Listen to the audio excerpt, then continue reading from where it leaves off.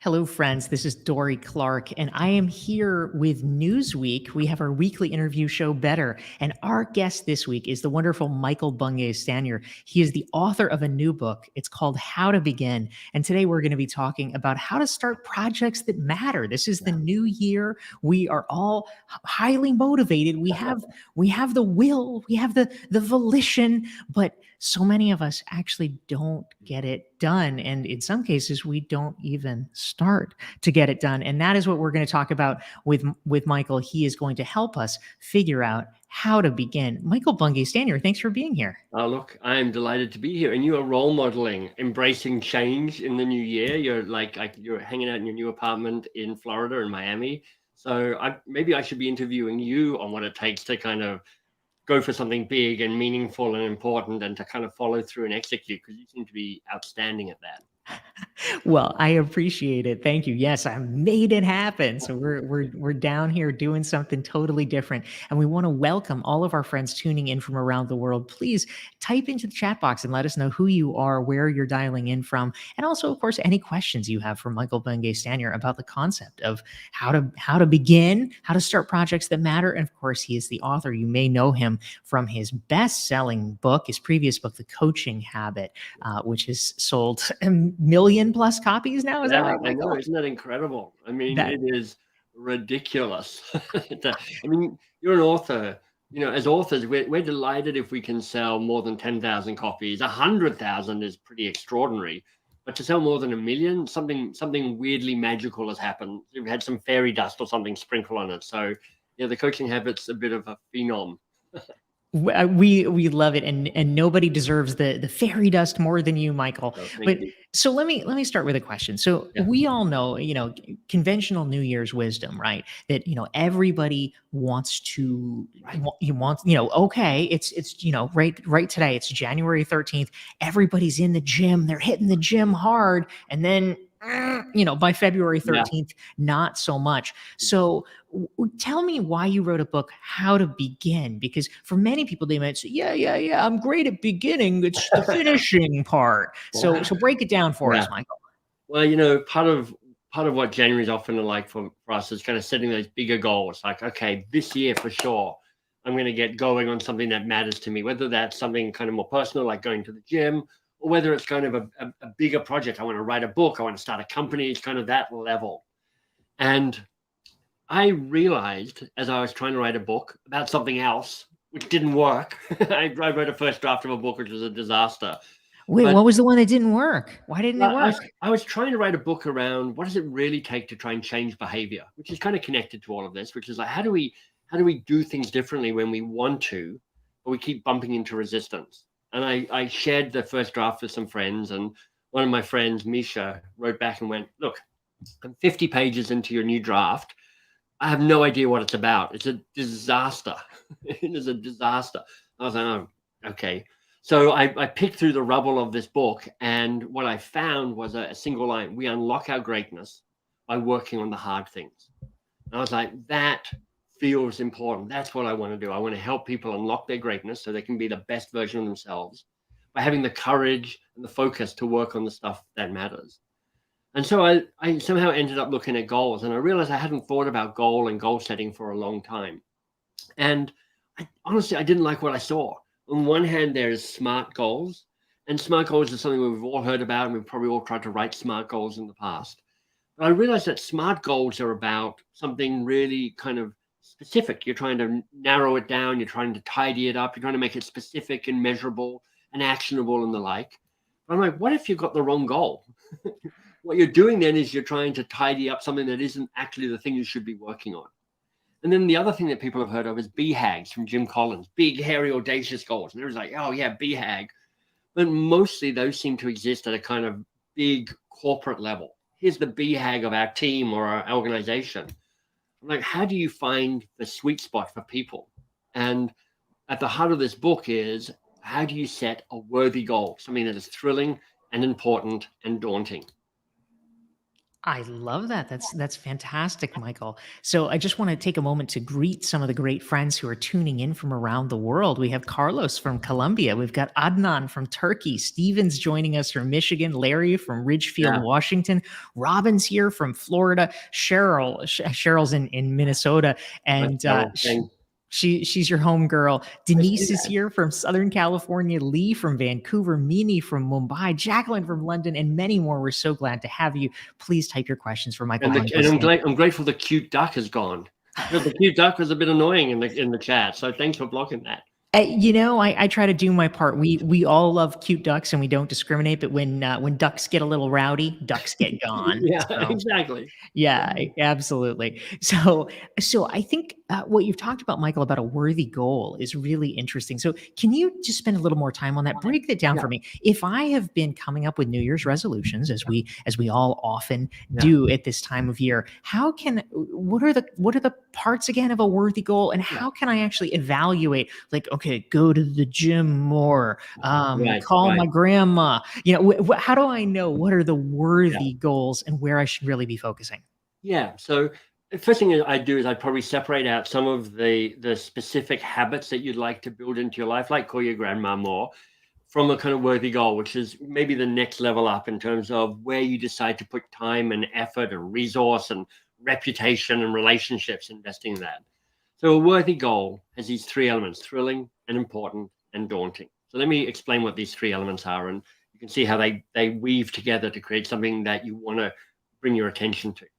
So thrilling is, does this light me up? Do I care about it? Does it matter to me? Am I excited about it? Do I kind of rub my hands together and go, this is it? This is the thing I would love to spend some time really doing. And the power of starting with thrilling is it makes sure that you're focused on something that you actually care about rather than kind of something that's become an obligation. Oh, I should be doing this. I ought to be doing this. Oh, it's expected of me that I'm doing this. Thrilling says, look, start by just going, what do you want? What do you want to do? And I'll tell you, Dorie, I was talking to my friend Kate the other day about this, and we're going through the three attributes of a worthy goal. Honestly, she has been talking to me for 25 years about writing a book. And she finally admitted, look, I have no thrill whatsoever at the idea of writing a book. And I'm like, well, no kidding, because you haven't written a book for 25 years. But this gave her permission to put aside a goal that just didn't really engage her heart and her mind and her soul. But if your worthy goal is just thrilling, it runs the danger of just being a bit all about you, me. And, we kind of move into the worst of kind of self-development and self-help when it's a bit too self-indulgent. So important, ask the question, how does this serve the bigger picture? How does this make this world a little bit better? How does it give more to the world than it takes? And what I'm asking for in this worthy goal is like, I want it to be not just about you. I want it to contribute in some ways. So thrilling and important. But then you got the third idea of daunting. So daunting is, hey, is this going to help you grow? Is this going to help you learn? Is this going to help you find the next best version of you? Because at the heart of this book, we unlock our greatness by working on the hard things. It's not we unlock our greatness by winning a trophy. It's like it's when you start working on something that really matters, you see people stretching and learning and growing. And my bet, Dorie, is, when you think of the courses that you teach, like helping people become thought leaders and helping them write, what you're seeing is people unlocking their greatness by working on the hard things. They're on the edge of their comfort and competence and their sense of their self. And you actually see them evolve and grow into a sense of, I can be a thought leader and I can be an influencer. I can be a writer by doing the work. Yeah, that's really interesting, Michael. Thank you for sharing that. I think that's helpful for a lot of folks. We want to say hi to some of the fantastic folks joining us. Brandy's here from Spokane, Kristen from Dallas. We've got Gavin in Berlin, DT from Rochester, Sheba's here from Zambia, Tomas from Maryland, Katja from Germany. We're so glad to have all of you. Oh, Yeah. and Helen from Istanbul.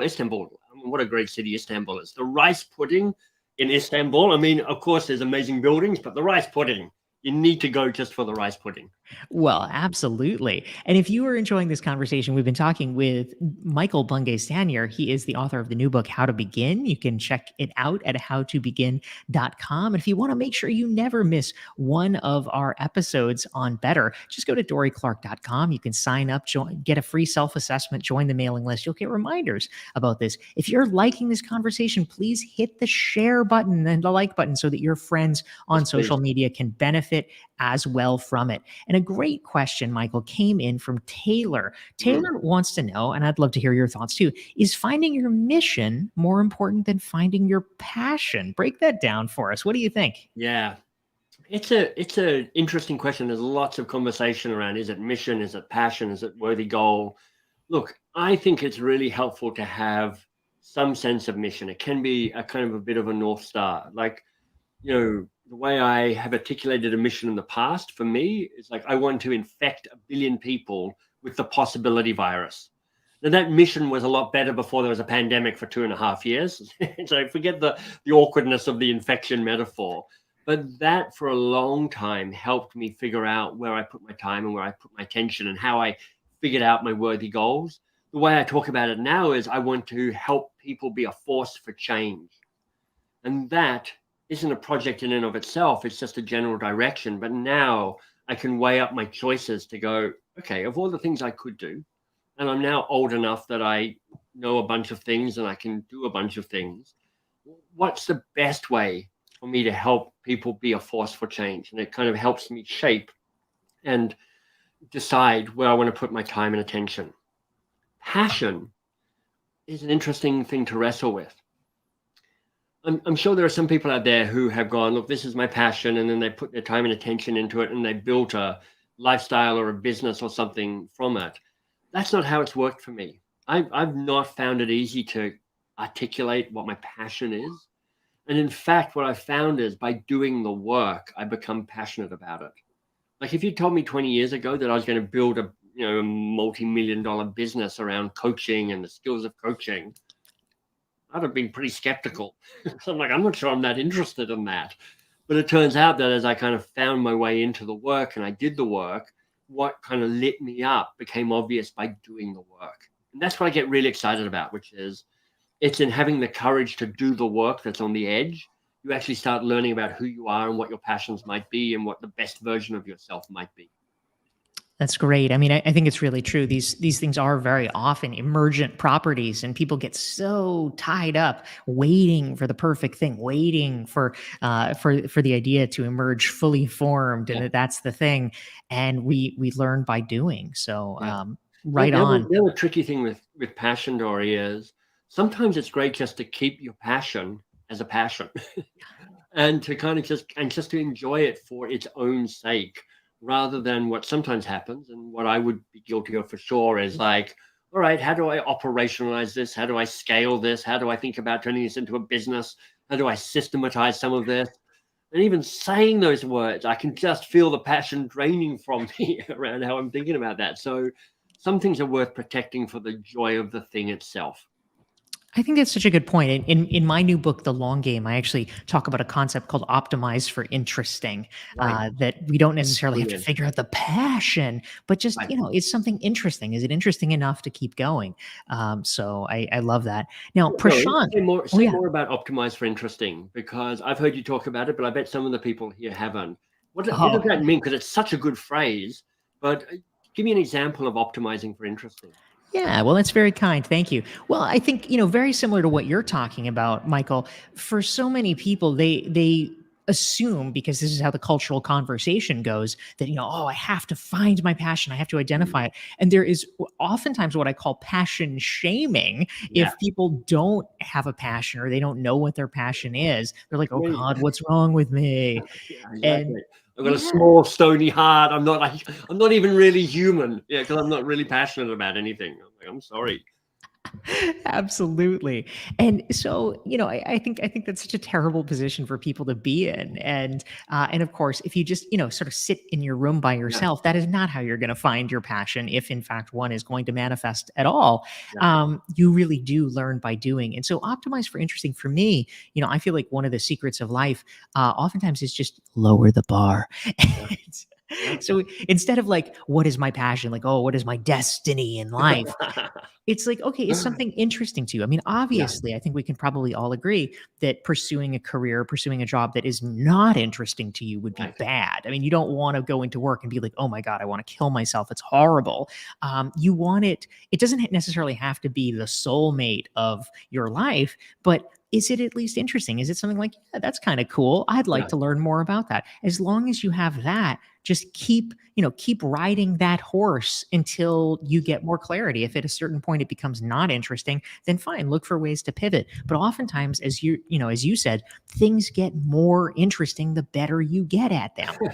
I years ago, in the context of organizational change, because I spent some years in that space, I heard some senior leader kind of say, "Look, let me tell you what change is really like.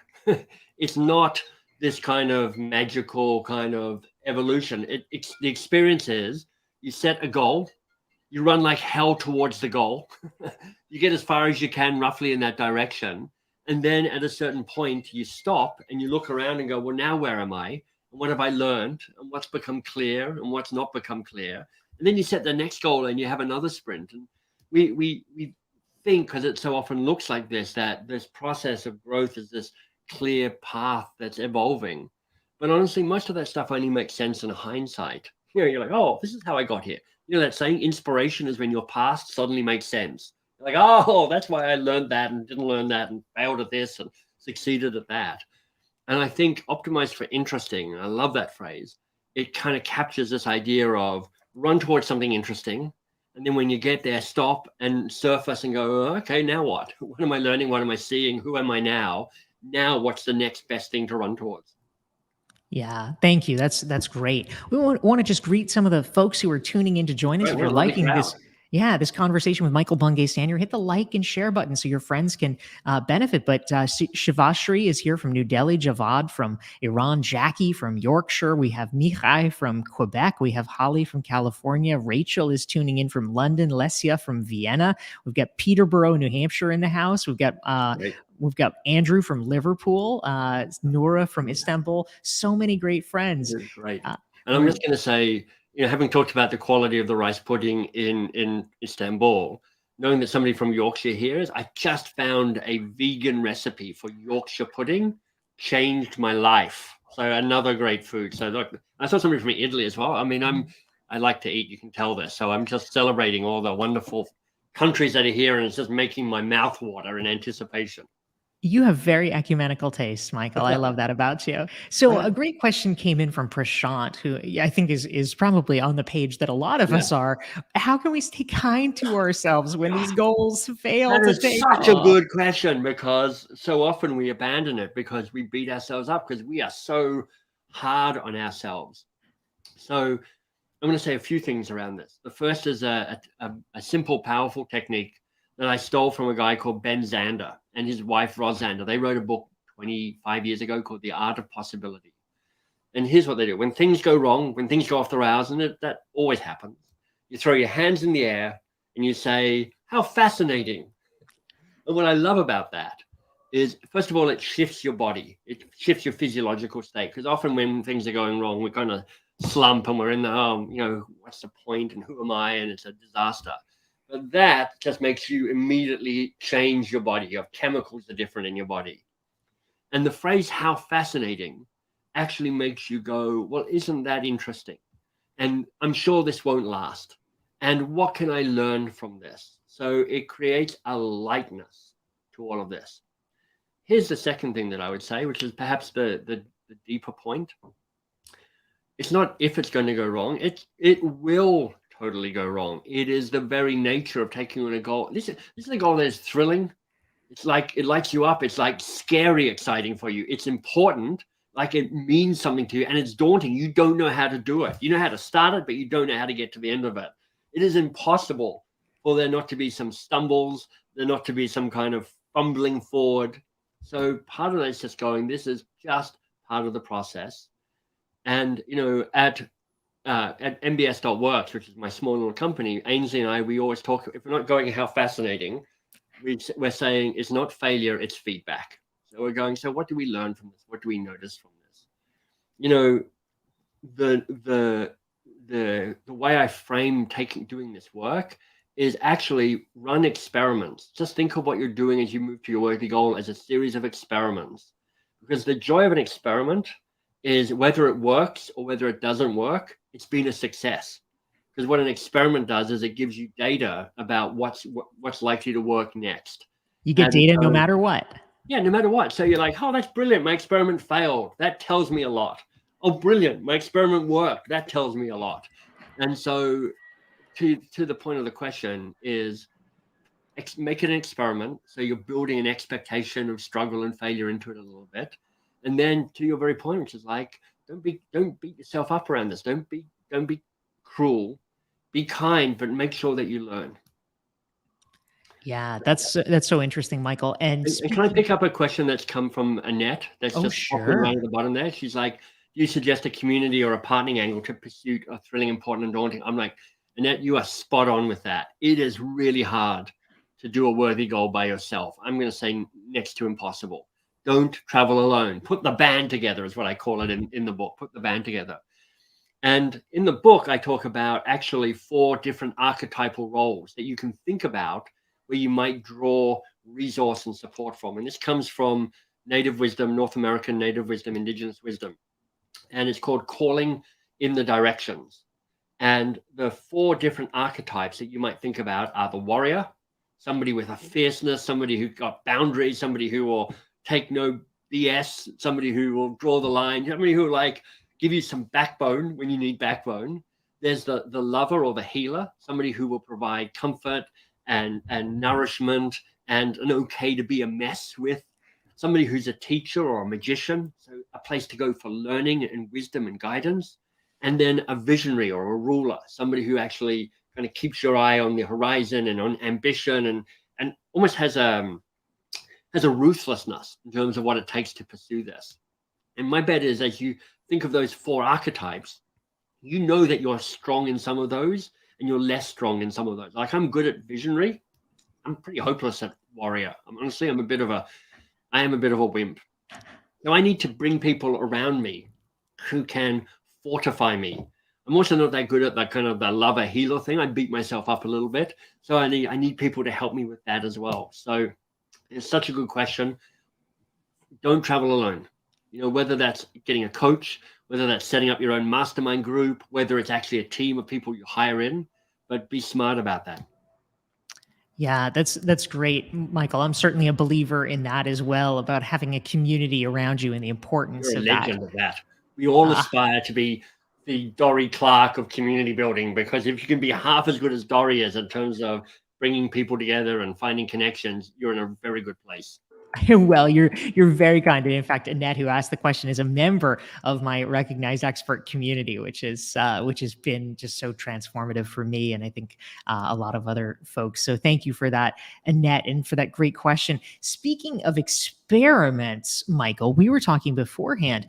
You actually are doing an experiment right now with a bunch of colleagues that have books that are coming out that came out. Your book literally just came out. It came out on Tuesday, so we're getting you hot off the presses here. But you have other colleagues that have books that came out the same day, and you're doing a project with them. Can you tell us about this experiment? Brilliant. Nice segue.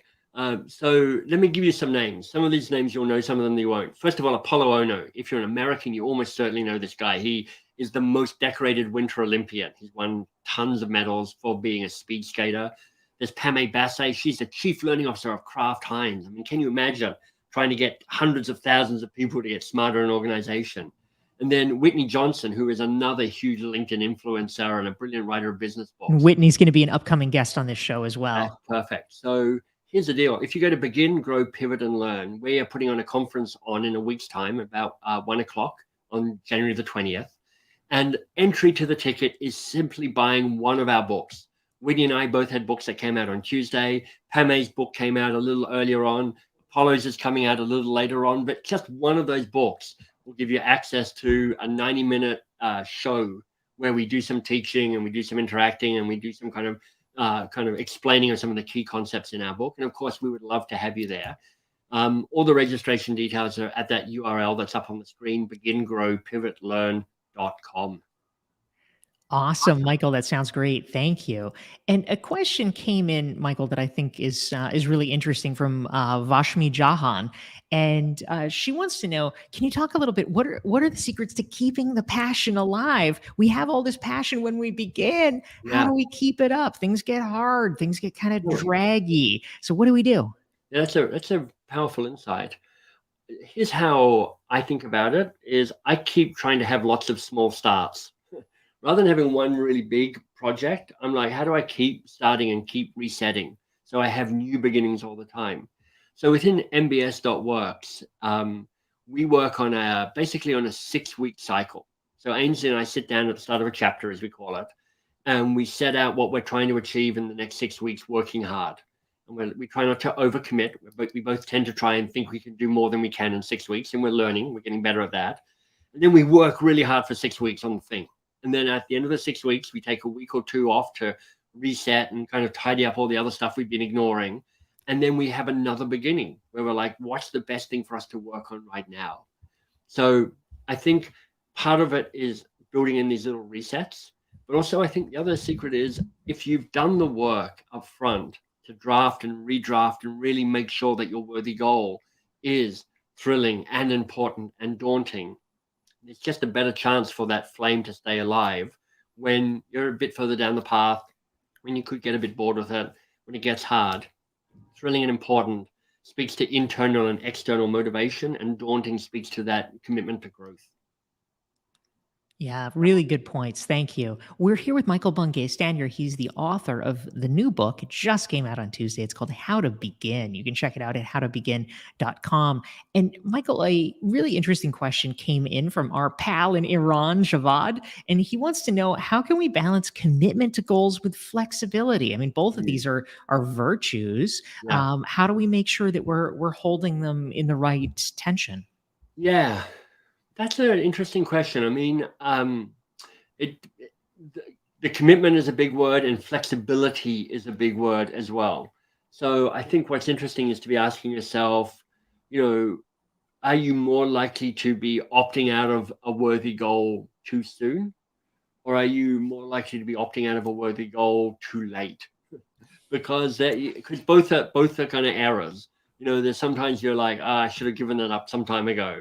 Other times you're like, I know I kind of chickened out a little too early around that. And to get the timing right on that is a little bit like trying to buy low and sell high in the market. It's impossible to guess exactly when it's right. But what I would ask is, if you had a bias, do you think your bias is towards opting out too soon? Or do you think your bias is to kind of sticking with something too long? And my guess from many of us is that we opt out too soon. It gets hard and we're like, okay, I'm going to give this up. But part of the power of that 6-week cycle that I was talking about a little bit before is that it means that when you look to the 6 week that's ahead of you, you think to yourself, is this a 6 weeks with space? Is this a 6 weeks with crisis and a bunch of stuff on? I mean, like Dorie's just moved to Miami. So if we were talking about, well, what working on your worthy goal, what progress do you think you're going to make in the next 6 weeks? Dorie's like, honestly, progress is unpacking some of my boxes, like meeting some good friends here in Miami and just learning how to settle down. I'm gonna write at most 2 pages of my next book. But then 6 weeks after that, when I go, Dorie, what are you up to in the next 6 weeks? She's like, I'm settled. My house is decorated. I found the cats. The cats are out and they're hanging out and they're enjoying Miami now. 6 weeks later, we found them. Yeah, Yeah, exactly. Now, my intention is to write 100 pages of my book. So you adapt to the context that you're in. Yeah, that's so great, Michael. I really agree with that, and echo a lot of those themes in the long game as well. My what I have seen so often with the folks that I work with is that what we tend to be most afraid of is that we're going to be persisting too long in a goal that's fruitless. Like Right. that's the thing that everybody's worried about. Yeah. But actually, it's the opposite mistake that they give up too soon on Yeah. something that could have worked. Have you So I heard love that of insight. the Finland bus station? Have you heard that No, metaphor? no. Tell me. This is a nice way of thinking about this. So I'm not sure of the origin of this. It's not my idea. It's somebody else's. But the story is roughly this: when you're in Helsinki, the capital of Finland, and you want to catch a bus, there's like 30 different bus routes. But for the first 5 miles, the 30 routes just follow one of three different routes out of the city. And if you're on the bus, you can be like, this is the same route that everybody else is taking. Why am I on this bus? I don't know. And it's only after you're 5 miles into the journey that actually things start branching out and you lose travelers and you find your own specific destination. And if you get off the bus too soon, you've missed out on the interesting things starting to unfold. And, I think we're just violently agreeing with each other here, Dorie, where we're like, you know what? If you're not sure, it's probably stick with it a little bit longer, because on balance, that's the mistake we make too often, is we give up because we're not seeing it yet.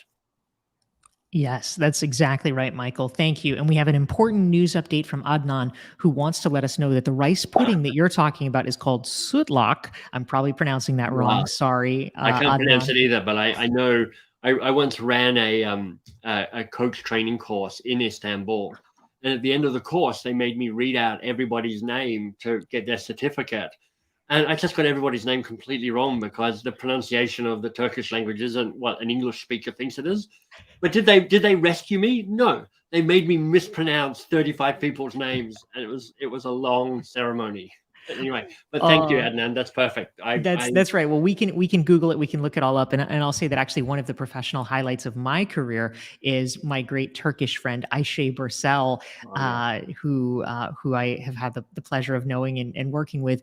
I was able to convince Ayşe, whose name is spelled Ayse, to put her name phonetically in all of her email signatures and her LinkedIn profile, so that That's so she says, good. like, it's changed my life because now all the English speakers know how to pronounce her name That's and they're so not good. I scared. mean, we are friends as well, and I've seen her make that change. I didn't know what the cause of it was. And Dorie Clark, your influence is everywhere. Is there anything you haven't touched? Just trying to change lives all over the You're a planet, legend. starting in Turkey, apparently. That's That brilliant. is great. Well, Michael Bungay Stanier, we're so happy to have you here. Michael is, of course, the author of the new book. Go out and get it. It's called How to Begin, and you can check it Thank out you. at howtobegin.com. Thank you. Thank you, Michael. Thank you to everybody who has been joining us this week. We're so glad to have you on our weekly interview show for Newsweek, noon Eastern, 9 Pacific. Michael Bungay Stanier, thank you. Dorie Clark, thank you.